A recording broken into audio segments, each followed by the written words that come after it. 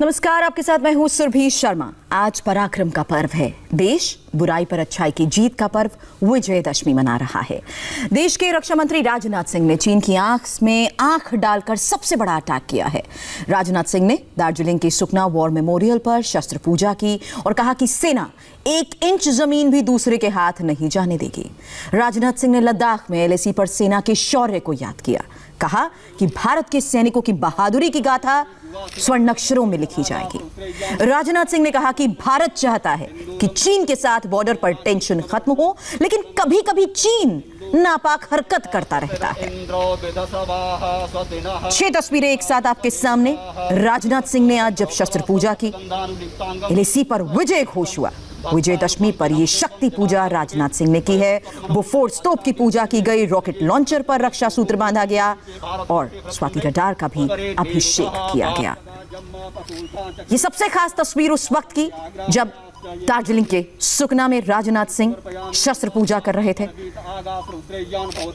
मंत्रोच्चार के साथ पूजा अर्चना की गई। विजयदशमी का ये पर्व है। हर फ्रंट पर भारत विजयी रहे, इसकी कामना की गई। लेकिन सबसे महत्वपूर्ण बात यह कि चीन को एक खास संदेश देने की राजनाथ सिंह की तरफ से यह कोशिश की गई। भारत की ताकत को कम ना आके चीन, और जिस तरीके से चीन बार बार नापाक हरकत करता है, उसको लेकर भी कड़ा संदेश देने की कोशिश की गई। लेकिन विजयदशमी का पर्व और इस खास मौके पर LAC पर पहुंचे राजनाथ सिंह, जहां उन्होंने यह भी कहा कि भारत हर हाल में शांति चाहता है, लेकिन चीन है कि नापाक हरकत करता रहता है। 1 इंच जमीन दूसरे के हाथ नहीं जाने देगा भारत। और साथ ही यह भी दोहराया कि भारत चीन के साथ शांति चाहता है। 2 तस्वीरें एक साथ आपके सामने हैं। राजनाथ सिंह की ये शस्त्र पूजा और विशेष मंत्रोच्चार के साथ किस तरीके से विजयदशमी के पर्व पर LAC पर पहुंचे राजनाथ सिंह ने ये खास पूजा अर्चना की, उसकी तस्वीर आपके सामने। विधि विधान के अनुसार मंत्रोच्चार के साथ कलश स्थापित करते हुए शस्त्र पूजा LAC पर राजनाथ सिंह ने आज। भारत और चीन की सीमा पर भी जो तनाव चल रहा है, भारत तो ये चाहता है कि यह तनाव समाप्त हो, शांति स्थापित हो। उद्देश्य हमारा यह है। लेकिन कभी कभी कुछ ऐसी नापाक हरकतें होती रहती हैं। लेकिन मैं पूरी तरह से आश्वस्त हूँ और आश्वस्त ही नहीं हूँ, मुझे पूरा भरोसा भी है कि हमारे सेना के जवान किसी भी सूरत में अपने भारत की 1 इंच भी जमीन किसी दूसरे के हाथों में नहीं जाने। हाल फिलहाल जो कुछ भी इंडो चाइना बॉर्डर पर लद्दाख में हुआ है, उसमें मैं कह सकता हूँ, निश्चित जानकारी के आधार पर मैं कह रहा हूँ कि हमारे भारत की सेना के जवानों ने जिस प्रकार की भूमिका का निर्वाह किया है, आगे यदि इतिहास लिखा जाएगा तो इतिहास लिखने वाला इतिहासज्ञ हमारे भारत के सेना के जवानों के इस शौर्य और पराक्रम की गाथा को स्वर्ण अक्षरों में लिखेगा। एक बार फिर से तस्वीरें आपके सामने हैं। आज की गई शस्त्र पूजा की LAC पर विजय घोष के साथ विजयदशमी पर यह शक्ति पूजा राजनाथ सिंह ने की।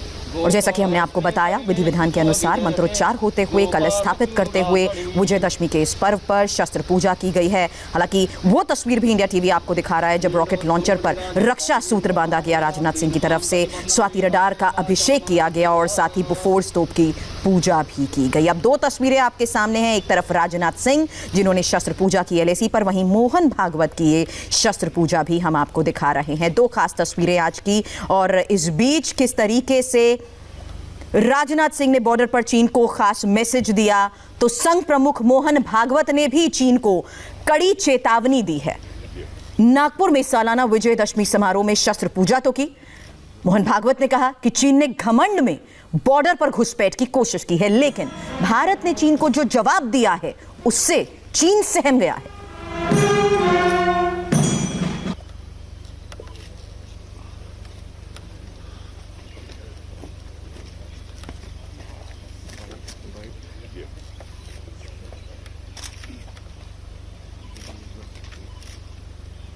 घमंड में बॉर्डर पर घुसपैठ की कोशिश की है और चीन पूरी दुनिया पर धौंस दिखाना चाहता है। और दुनिया जानती है कि चीन का स्वभाव विस्तारवादी है।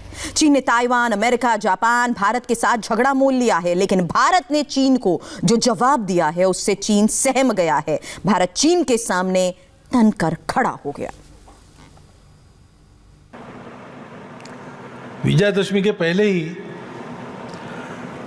370 प्रभावहीन हो गया। संसद में उसकी पूरी प्रक्रिया हुई। बाद में विजयादशमी के बाद 9 नवंबर को सुप्रीम कोर्ट का असंदिग्ध निर्णय राम जन्मभूमि के बारे में आया और एक इतिहास बना।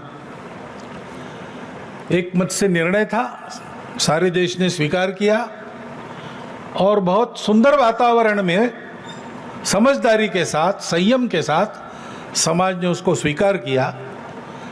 हर्षोल्लास का होने के बाद भी संयम के साथ मनाया और बिल्कुल 5 अगस्त में और राम मंदिर निर्माण के आरंभ का जो पूजन हुआ उसमें भी, और हमने उस वातावरण के पवित्रता को, भव्यता को, उल्लास को भी देखा, साथ साथ इस संयम और समझदारी को भी देखा।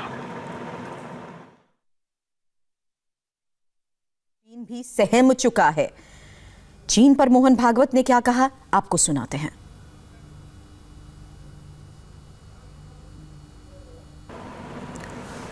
अब ये सारी कोरोना महामारी में चाइना का नाम आता है, वो पता नहीं क्या है, संदिग्ध नहीं, निसंदिग्ध कुछ नहीं, शंकाएं हैं, संदिग्धता है। लेकिन चीन ने इस कालावधि में अपने और सामरिक बल के गर्व में, अभिमान में हमारी सीमाओं का जो अतिक्रमण किया और जिस प्रकार व्यवहार किया और कर रहा है, केवल हमारे साथ नहीं, सारी दुनिया के साथ, वो तो सारी दुनिया के सामने स्पष्ट है। इसके पहले भी आया है, उसका स्वभाव विस्तारवादी है, सब लोग जानते हैं। लेकिन इस बार जैसे एक साथ उसने ताइवान के साथ, वियतनाम के साथ, अमेरिका के साथ, जापान के साथ, भारत के साथ साथ ही एक साथ झगड़ा मोल लिया। कुछ उसके अपने कारण होंगे, लेकिन सबके ध्यान में फिर एक बार आ गया। लेकिन और एक अंतर ऐसा है कि इस बार भारत ने उसकी जो प्रतिक्रिया दी उसके कारण वो सहम गया, धक्का मिला उसको एक, क्योंकि भारत तन के खड़ा हो गया। भारत की सेना ने अपनी वीरता का परिचय दिया, भारत के नागरिकों ने अपने देशभक्ति का परिचय दिया। सामरिक और आर्थिक दोनों दृष्टि से वो ठिठक जाए इतना धक्का तो उसको मिला है, और उसके चलते दुनिया के बाकी देशों ने भी चीन को अब डांटना शुरू किया है, खड़ा होना उसके सामने शुरू किया है। और इसलिए हमको अधिक सजग रहने की आवश्यकता है, क्योंकि ये जो नहीं सोची थी उसने ऐसी परिस्थिति उसके सामने खड़ी हो गई, उसकी प्रतिक्रिया में वो क्या करेगा पता नहीं। और इसलिए इसका उपाय क्या है? सतत सावधानी, सजगता और तैयारी। सामरिक तैयारी में, आर्थिक अपनी स्थिति में, अंतर्राष्ट्रीय राजनय में, अपने संबंधों में और पड़ोसी देशों के साथ अपने संबंधों में हमको चाइना से शक्ति में, व्याप्ति में बड़ा होना पड़ेगा। दूसरा उपाय नहीं है, हमको ये करते रहना पड़ेगा। ऐसा करेंगे तो हम चाइना को रोक सकते हैं, क्योंकि हम तो सबसे मित्रता करने वाले हैं, हमारा स्वभाव किसी से लड़ने का नहीं है। लेकिन हम मित्रता करने वाले हैं, इसका मतलब हम दुर्बल नहीं है। हमारी मित्रता की वृत्ति को दुर्बलता समझकर, और जो लोग ऐसा सोचते हैं कि हम चाहे जैसे झुका सकते हैं इनको, हम चाहे जैसे इनको मोड़ सकते हैं, उनकी गलतफहमी कम से कम अब तो दूर हो गई होगी। हमारी सेना की देशभक्ति, वीरता, हमारे शासनकर्ताओं की आज की स्वाभिमानी नीति और भारत के लोगों का ऐसे प्रसंगों में एकजुट खड़ा होकर नीति धैर्य के साथ आने वाली परिस्थिति का मुकाबला करना, चीन को ये पहली बार अनुभव मिला होगा, उससे उसने समझ जाना चाहिए। ऐसा मानस जो मन में रखते उनको सबको समझना चाहिए कि इतने कच्चे हम नहीं है। ऐसी कोई भी परिस्थिति आएगी तो हम लोगों की सजगता, तैयारी और दृढ़ता किसी प्रकार कम नहीं पड़ेगी। सारे राष्ट्र में आज यह आत्मविश्वास की हवा चल रही है। मोहन भागवत ने सिर्फ चीन से सतर्क रहने का ही संदेश दिया, बल्कि सीएए का विरोध करने वालों को भी मैसेज दिया। मोहन भागवत ने कहा कि देश के मुस्लिमों को सीएए से कोई खतरा नहीं है।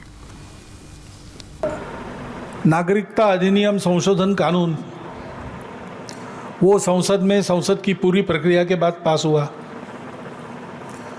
अपने पड़ोसी देशों में 2-3 देश ऐसे हैं जहां पर सांप्रदायिक कारणों से उस देश के निवासियों को प्रताड़ित किया जाने का इतिहास है, और उन लोगों को जाने के लिए दूसरी जगह नहीं, वो भारत में आते हैं। तो वहां से विस्थापित, पीड़ित होकर आते हैं, यहां पर वो जल्दी बच जाए, ठीक से बच जाए। इसलिए उस अधिनियम में कुछ संशोधन करने का वो प्रावधान था। जो भारत के नागरिक है उनके लिए उसमें कुछ खतरा नहीं था। बाहर से जो आते हैं भारत में और नागरिक बनने की इच्छा उनकी है, तो उसके लिए भी कानून में पहले से प्रावधान है। ऐसे लोग भी बन सकते हैं वो पूरी प्रक्रिया करने के बाद। वो प्रक्रिया वैसी की वैसी है, उसमें कोई बदल नहीं है। परंतु अब कानून का विरोध भी करने वाले लोग थे, राजनीति में तो चलता ही है। उन्होंने ऐसा वातावरण बनाया कि इस देश की मुसलमानों की संख्या न बढ़े, इसलिए नियम लाया गया है। तो उसके चलते और उसका अच्छा विरोध शुरू हो गया, प्रदर्शन आदि होने लगे, देश के वातावरण में तनाव आ गया। उसका क्या उपाय करना, इसका सोच विचार पूरा हो, कुछ कृति हो, इसके पहले वो सारा और दब गया कोरोना आने के कारण। मनों में जो सांप्रदायिक आँच थी वो मन के मन में रहेगी। उसका उपाय होने के पहले ही कोरोना की परिस्थिति आ गई। क्या है मोहन भागवत की हिंदू थ्योरी, जानेंगे ब्रेक के बाद।